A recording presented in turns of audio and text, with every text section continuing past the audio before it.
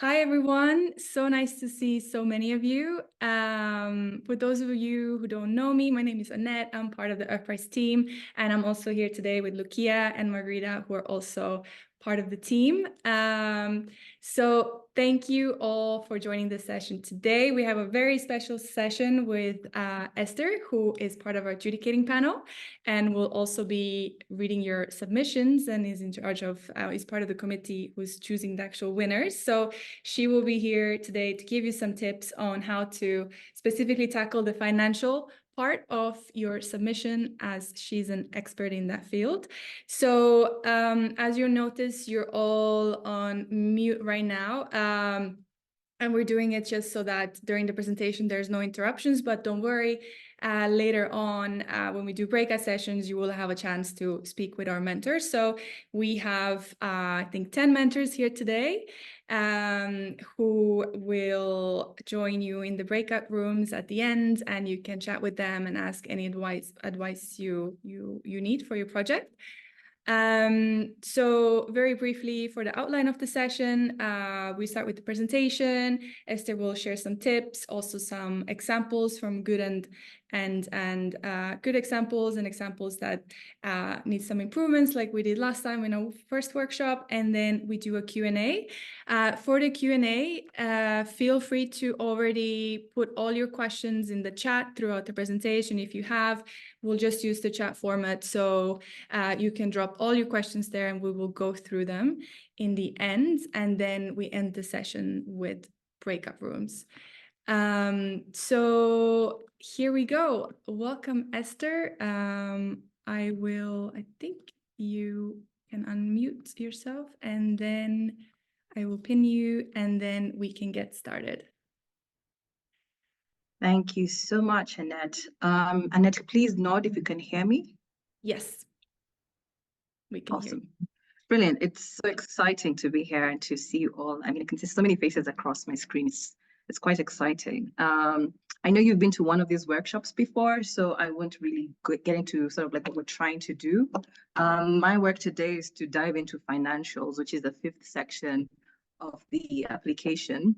But before we get into that, let me do a bit of an introduction to myself, because I'm sure you're curious about who I am. So I'm part of the adjudicating panel. I know you met our chair, Karen, during a different call. So we are a panel of 5, different people from different continents, different backgrounds, and we're all excited to sort of like go through your applications and to get to find out what fresh ideas you have out there. Personally, based in Kenya. So if you're based on the African continent, I know it's sunset right now on the East Coast. I've been part of the entrepreneurship and venture capital space for the past 12 to 15 years. But a fun fact is 20 years ago, I was part of a competition just like this. It was based in India, and I came in, I think, 2nd runners up, and I learned a lot, right? And one of the things that I struggled with, and people continue to struggle with in these competitions, is sort of like this foundation, and then Annette and her team is to think through how can we help applicants moving forward be able to tackle this part a little bit better moving forward. So I think you're very lucky in terms of, having resources and people on the ground, plus a team of mentors who are willing to help you really figure this out. Annette, if you could start sharing the slides, I think that would be great.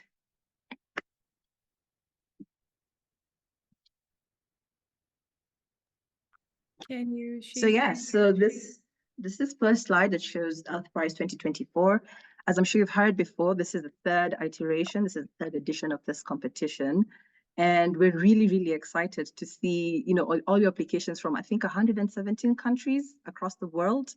It's every year we're just mesmerized and really, really, surprised by the things that we see. And we're looking forward to seeing your presentations as well and your pitches as well. So if you could go to the next slide. What we're doing is giving you tips on how to ace your financials, right? Which is the 5th section, like I mentioned. It's one of the things for some reason applicants struggle with, but is actually not hard at all. It's essentially telling your story, giving your ideas in terms of numbers. If you could go to the next slide, Annette. So what I thought was, why not first, before diving into what we expect to see, why not sort of like give you a bit of a template or ideas into how do you prepare yourself to get to where it is that we want you to go, right? So in front of you are 10 ideas or 10 recommendations. So Annette, your screen has moved on to... Sorry, I will just, my screen is jumping around, but it's coming back shortly. It's okay, I can keep going. But anyway, so what we thought was I'd give you a bit of a step-by-step guide of sorts of things to think about as you prepare your financials. So Annette, I'll keep speaking before you share your screen again. The first one was really around, do not separate financials from what you're doing. Essentially, what you should start by is understanding your idea. You know, define your fresh idea clearly, understand its core purpose, who your target audience is, what the uniqueness of the idea is. And I think Karen did a really, really good job in terms of being able to really flesh out how to think through this. So what I wanted to do is not to make sure we don't dissociate those two. This is part and parcel of you building out your financials. Then the second part, as you're thinking through your financials, is the market research bit, right? So be sure to conduct extensive market research to understand the relevance and the demand of your idea, right? So is there anybody else doing it? Are there any competitors? How many people would be impacted by your idea? You know, you can start locally and then think more broader in terms of scalability. And know, you know, what would your potential customers look like, and what profile of those customers, like what would make them, you know, an ideal customer, and just try to think about what that size of that group looks like. Once you have that in check, the third thing is to think through pricing strategy, right? Like, so you've thought about your customers, you've thought about their profile. Will they pay for your idea, for your product or your service, or whatever it is you've come up with, right? So think about things like, will you have any costs to your production? Will you need to cater for value for whatever it is that you created? If there's somebody else in the market who's doing something similar, will you have to price it, you know, the same way or cheaper? Like, what is the pain point that you're solving, and how much will it cost you and cost the customer, right? So that's your pricing strategy. And we're still here in the thinking, the drafting part of things. So just think about this as a framework to approach financials, as opposed to this is what you must do. This is just sort of like ideas on how to think about financials and how to get to the final sort of like slide that you'll come to put together. And the fourth thing is you're thinking about now your cost analysis, right? So here you break down your costs essentially. So you need to understand, do you have any fixed costs, or will there be any costs that sometimes are there and sometimes are not there? So a fixed cost is like, will you need to bring on board like an employee or an expert who will get paid? And a variable or a cost that changes from time to time is maybe at the beginning you would need to market the product or the service, right? You need to tell more people about it. How will you get it out there? Do you have any free ways of doing it? Perhaps you're more social media savvy, and so you're probably not going to need to, you know, pay some extraordinary amount in terms of marketing. Or do you, just think through like what would your costs look like and make sure you break them down. And the most important part, try and set a realistic price against that. So try not to think about things from the air. Try to actually go out and ask people, ask your community, ask your mentors, ask your teachers, so that you can be able to have a bit of a realistic showcase of what those costs would be. And the fifth thing is funding needs.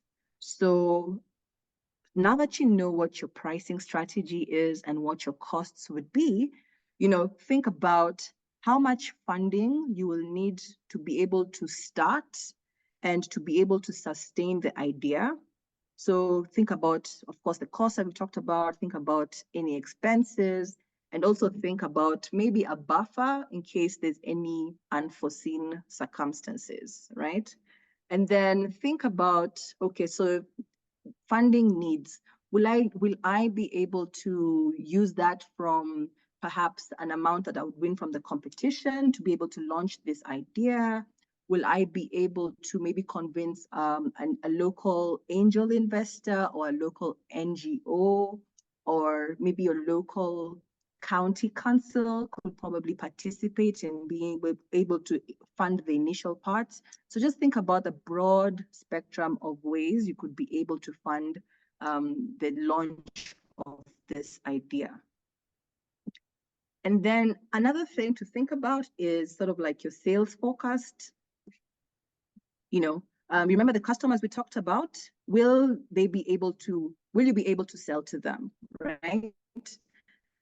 And if you are able to sell to them, how long would they buy it one time, or will they keep coming back? And try to be very conservative in your estimates. I know we're young and we think about things in big. Do not limit yourselves, but also try and think about what is the best case and what is the worst case. Like, how much can we sell if everything went right, and how much can we sell if everything was, a challenge, and how the world, different things come up at any time. So try to balance in between being very ambitious and being very pragmatic as well. After sales forecast, the other thing you need to think about is sort of like risk analysis. So we really like to see that the applicants have thought through every scenario, every potential scenario that, that could happen, right? Are there any potential risks, any challenges that your idea might face? And then when you think through that, think, how can these impact your financials, right? So, back to what I was mentioning before, just make sure that you really think through sort of like, okay, the customers, will they pay once? Will they pay over a period of time? Do they, would anything impact that? Should you not be able to raise the entire funding amount for the launch? How would you address that, and how would that impact your financials? So just really think through sort of like the risks that there are in general, and how that would impact your finances or financials, and how you would address that should there be a scenario like that. The last three really isn't about what you put in your financials, but essentially what you need to prepare, because I think people focus a lot in putting financials onto the application, but forget that they actually also have to present it to us at some point. So number 8 here is focused on presentation skills. So prepare to communicate your financials clearly. You should be able to clearly explain your numbers in a way that's easy to understand, prepare, away from the application, on the side as you're building up your application. If you have any visuals that you want to prepare, that would be great. That would help you be able to communicate your financials properly. Then the other one is to seek guidance. I mean, definitely make use of the mentors that are available. So seek advice from them. If you have any industry experts that you have access to in your countries, in your schools, make sure, if you have that access, to definitely try and tap into that. If you have any professionals or any teachers who know more about the topic that you're talking about, I encourage you to definitely speak to them, so that you can be able to have valuable insights and identify if there are any blind spots along the way. And lastly, it's adaptability. I mean, I don't know if you can see it on the screen down there. It's a bit low on the screen. So just be prepared to adapt your financials based on feedback. So in the space where I work as an investor, we definitely appreciate people who are flexible and can adjust their plans when needed. So as you talk to more mentors, as you talk to your teachers, and as you get feedback from the team, try and see, is this something that can be worked into the financials or not, or at least be prepared to come back and tell us, what has come up and how you can be able to adapt to different scenarios. So that was sort of like a tip in terms of how to prep towards preparing your financials. Annette, feel free to go to the next slide.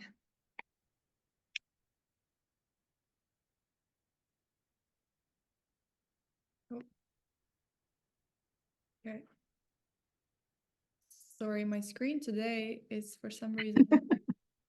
It always happens when I'm so sorry. presentation. Let's see that it comes back. And then we go to some examples. Okay. Let's see. So there's a slide there that I don't see, which shows essentially the ones that there's one before this. If you could go back one. The examples? No, no. Just go back up. Mm-hmm. This one, yeah. The fourth one, yeah. Mm. So when you're doing your financials, now you've done all the prep work, you have all your numbers, particularly for this Earth Prize, for the Earth Prize competition. The thing you should think about when you're putting now down your numbers is, what are the main costs your idea will incur? How will you finance it? And will you make any profit, right? And the thing I wanted to mention on the third point is, a profit is not compulsory. It's just, can you think through a way if it will make a profit or not, and what would that profit be? I think there's some ideas that could be presented that, probably would be at break even, which means that the money received will be equal to the money that you'll spend in costs or whatever it is. But the idea is to really understand, how does the financial makeup come together? And if there's any profit, even better. So really think through. So costs, how are you going to fund it, and how will we make any profit? So what we're going to do now is go into a few examples. We've been doing this is the third year. So we'll go into a few examples to show you like what we saw that we liked, and maybe what could have been improved if you're thinking about presenting it in that way, and how you can improve it. So the first one here, we have this example around various suppliers for materials listed in the resources section. They did an itemized costing approach, where you can see that this unit that they want to build, the filtration unit was $15, the water tank is $30. There's a sensor system, there's assembly, there's the ultra filtration module. And they're able to say, okay, all these materials will amount to this much, which is about $122.50. So these are what we call unit economics, being able to really bring down it to the specific components, and then being able to say that, they saved on this, we were able to eliminate machinery costs because, XYZ, we're able to find a facility somewhere. Or we were able to do this, or because we used these particular materials, we're able to save costs. So, it's very, so there's a question about recording. Okay, I'm gonna let Annette answer that later. So, just really think through. So saving on anything, and how can we raise money not, right? Here they talked about securing sponsorship to cover the production costs of approximately 200 initial units. And then they also talked about a long-term vision to be able to raise funds through sales, which is really, really impressive, because that means they've thought about away from just launching, but in terms of the long term of their idea. So that's the first example. And then another good example we have to share is this one on being able to present a clear financial strategy. So this was an ag tech project, an agriculture technology project. Here, they were able to talk about what their costs were, able to talk about how they're going to finance the launch of the project, the pilot project, and what they would use the funding for, at least for the launch part of it. And then they were able to talk about how they were going to sustain the project moving forward, talking about how they launch with a $100,000 investment secured through a combination of initial capital and grants. And then they talk about, expanding on their user base. That means they understand their customers, they understand their target. And then they talked about generating profits in the medium term, which means that they wouldn't generate profits in the short term, but understand that by growing the business, they'll get to a point where they're able to generate profits. So this is also a really good example. And then the third good example we have to share, was this group was talking about a sustainable gardening project. This group had clear costs. Again, we keep going back to be very clear in terms of what your costs are. They talked about what they're funding, where they would get their money to be able to fund the idea. And then they talked about their profit plans. So here in this case, the costs were, buying the seeds, what the soil would cost, gardening tools, irrigation system. They talked about financing in terms of being able to draw some capital from student contributions and from the environmental club, and then being able to sell the excess produce to be able to also get more capital to finance their goal being any surplus income would be used to enhance their garden and support future sustainability initiatives. So this was a really good breakdown in terms of the three components that we talked about, which is costs, financing, and profit. So now we'll move to some examples that needed strengthening, could have been improved. So the first one, we're talking about, one of the things we encourage you not to do is to sort of like have this very vague generic speak. So refrain from presenting financial information without specific numbers and, without a specific cost breakdown. And also avoid discussing expenses without addressing funding sources or outlining how the project intends to secure those funds. So in this case, the business, Green Solutions, talked about securing funds for advancing printing equipment. We talked about yeah, sorry. I will just, sorry to interrupt you. That's all right. I will just not do essentially this. They were very vague in terms of, we're going to secure this and we're going to do this, but, no details in terms of where exactly they're going to secure it from, how much, or what size of capital they're pursuing. There's little information in terms of, it just, what it was just a narrative. It was just an idea that had stopped at just being an idea without thinking through what the numbers to support that would look like. The next example was, this group was talking about a solar power energy project. And this one was extremely vague, talking about the project might cost around $1,000. I mean, what does that mean? Like, what actually costs $1,000? What part of the project costs $1,000, right? They talked about we likely reinvest it in the project in terms of the extra income they would earn. I mean, that didn't tell us anything. Like, where would the profit come from? What would they actually reinvest it in?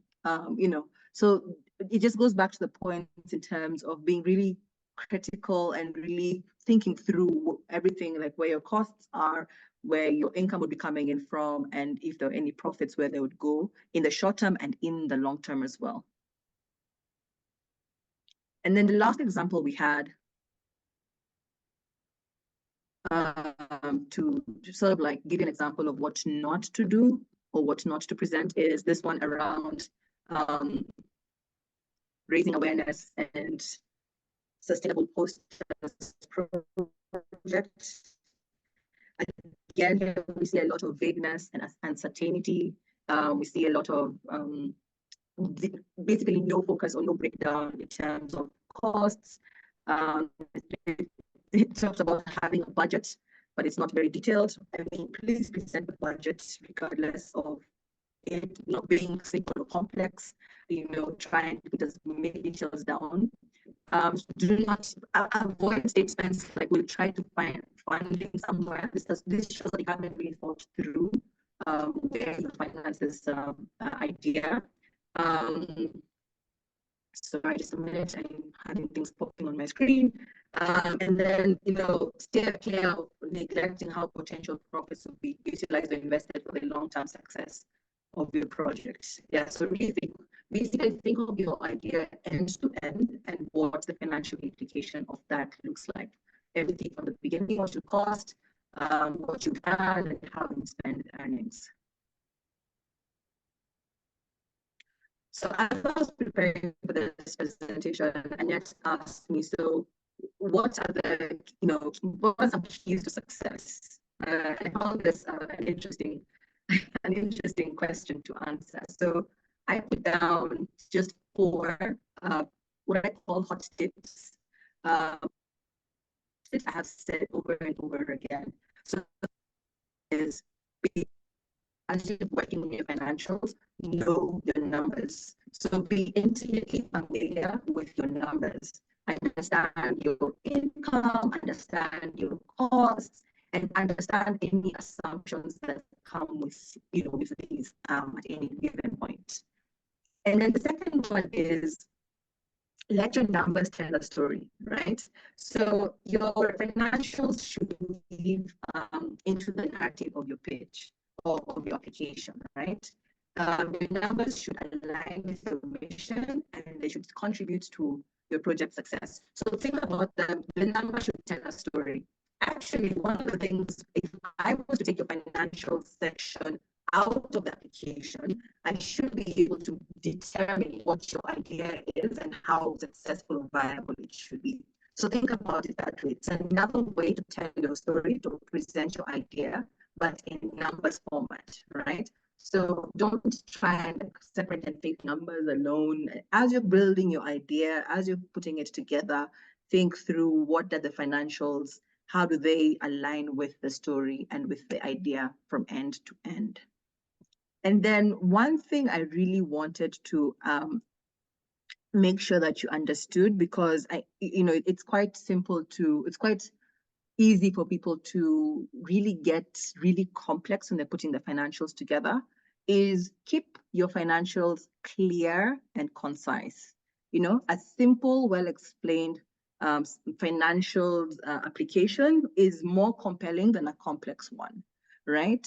So as that we showed you the examples of the ones that we thought were really good. I mean, you don't have to do them like that, but keep it really simple. Don't go and get a financial expert to model out the most complex thing, because ultimately you should be able to explain it yourself, right? You should be able to sit down and walk us through and tell that story that I mentioned in the point before. Be able to tell and explain it yourself from end to end. So keep it simple and keep it concise. And then lastly, understand and defend your assumptions.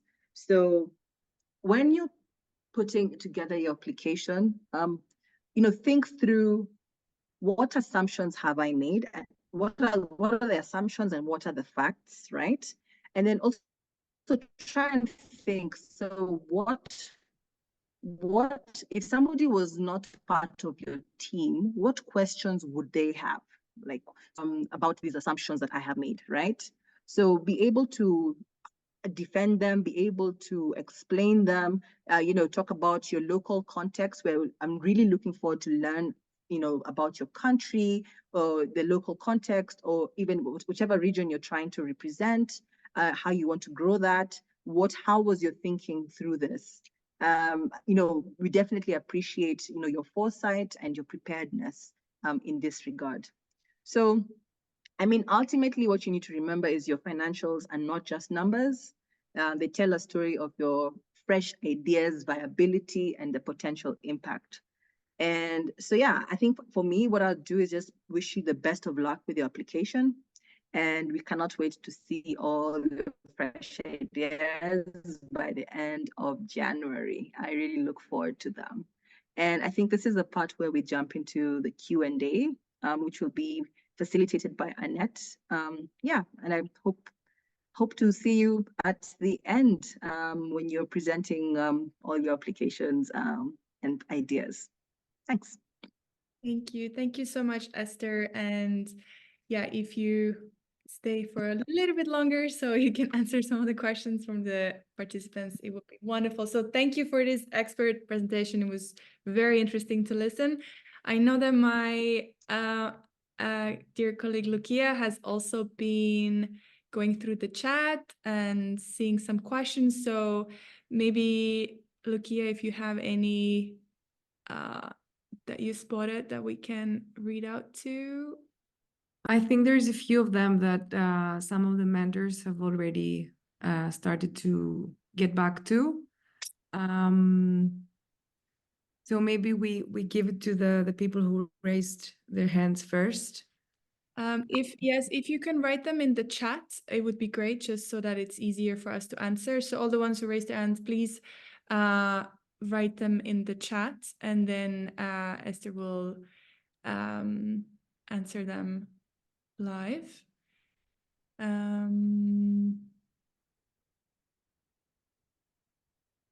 Okay, so let's see. For example, there was a question earlier. Maybe that Esther can also answer. So the question was from Yume, which was, can the cost estimate be for a specific part of the project? For example, a specific material you plan to use, or an estimate for the entire project needed? Esther, do you have any advice on that? So I was actually reading through the other, which I think is a good answer from Jung, I think is how you pronounce that name, and from Sabrina as well. You know, those are good answers. I mean, it's really hard for us to be able to understand the viability of the entire project if you just focus on one part. So what you would do is essentially be able to couple not just that one section of the project, but give more detail with regards to the rest of the project. If there's something significant with that material, specific material you plan to use, in terms of we plan to use this material specifically because it's cheaper than what the industry typically uses. I mean, you can always highlight that. But it's also important if you could be able to just put it all together so we can be able to see vis-a-vis the bigger picture, so we can understand how it fits into the bigger picture.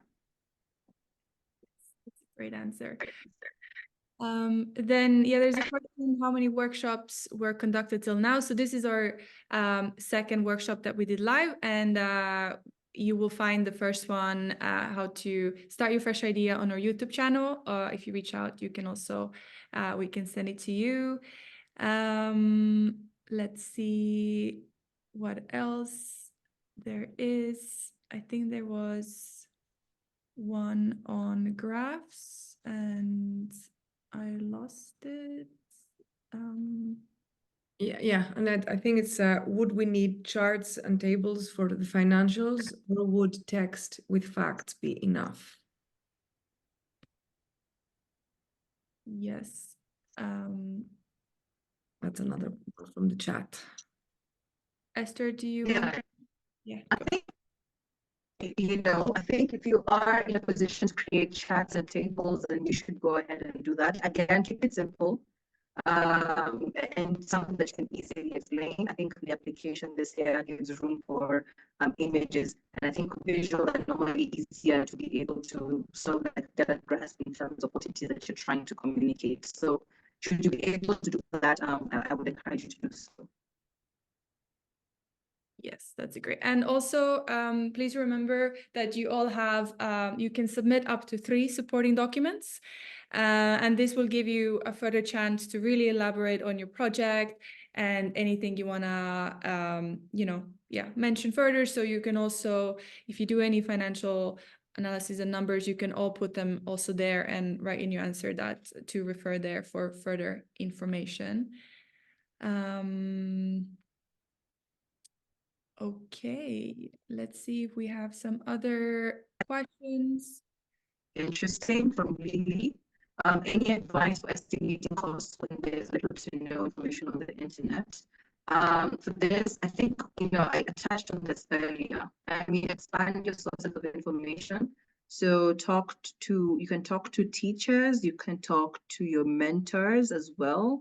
You can talk to experts in that industry. For instance, if you're trying to do something in, I don't know, something that is something around bioscience or something, just try and reach out to either somebody who's working in that industry or maybe the university close to your school, would probably have a link to that. So I'd push you to move away from just the internet and expand your sources of information. Yes. And should there be absolutely no information outside of all of those, then I would build in the assumptions and make it very clear in my application that this is the case. That's great. Then there's another question maybe for you, which is, hello from Annabelle. Hi, Annabelle. Just wondering, should projects have already secured funding from somewhere else before submitting part 2 of the application? Yeah, I think Anish can answer that, but for us, we know we do not have to have secured funding, but you should at least be able to think through what are some potential ideas of where you would get funding, just think through further in terms of where would you approach funding from, but it's not a necessity for you to actually have secured it. Mm-hmm. Thank you. Then we have a question regarding fixed costs and variable costs. If it's a better idea to separate fixed cost and variable cost, or simply put the total cost at once. You're talking about fixed and variables, which is great. When you're putting together your costs, you could probably just show that these are the fixed and these are the variable costs. Just a very simple sort of like highlight in terms of the fixed and the variable. And maybe when you're talking about profits, you can talk about how the variables will change over time. And this is how your profit will kick in. But yeah, again, keep it simple as well. Great. Then there was a question, could you please explain to me again the part with the key to success, the 4th one, understand and defend assumptions. Do you mind maybe going through that again, Esther? Yeah, I mean, it's just being cognizant of the fact that everything you put down on your application is not going to be a fact.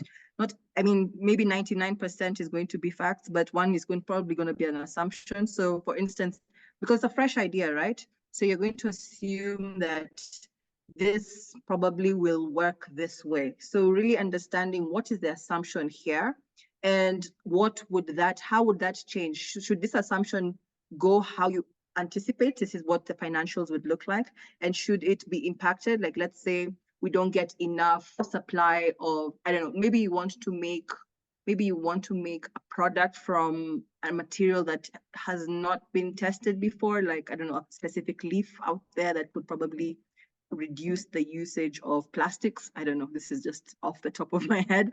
So should there not be sufficient number of these leaves, or should the testing of those leaves take longer? That means that our profit margins would be low for a really long time, and we'd only make profits at the end. I mean, just think through like what is the assumption and how would it be impacted should variables change.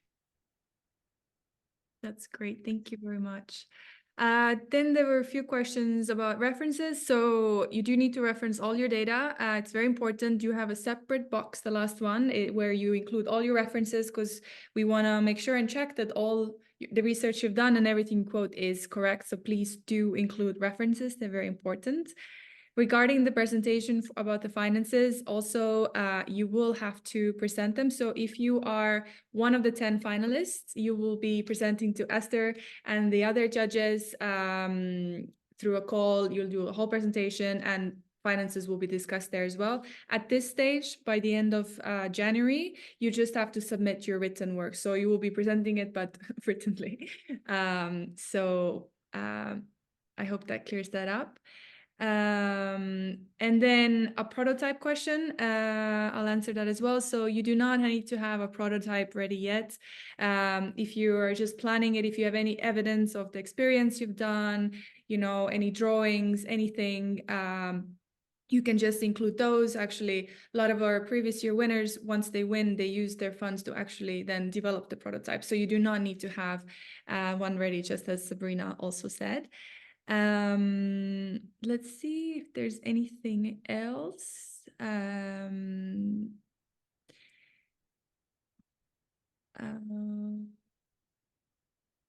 There's a question if the project can be done without any funding. It can be as well. And I mean, the idea there is to just clearly communicate that, right? Like, you know, because of this set of circumstances, we're able to run this project or idea without funding and just clearly articulate that. And that is also acceptable. yes, exactly. There's a question, how do you decide the winners? So I'll just say, and then Esther, maybe you want to elaborate, but we do have evaluation criteria on our website. If you want to go have a look, you can see all the different criterias our judges look at during this phase and also in the finalist phase, because in the finalist phase, there's a few other tasks like your final presentation, a Q&A, and each of them have a slightly different criteria. But maybe, yes, Esther, if you have any tips or anything you want to share with tips more than I think I shared the tips already. What I can just add is that it's a very rigorous process that I can definitely assure you. It goes through, your applications go through quite a number of hands and eyes, even before they get to the final judging panel. So it's rigorous, it's very inclusive as well. So, I mean, just do the best that you can, and we hope to see you in the final 10.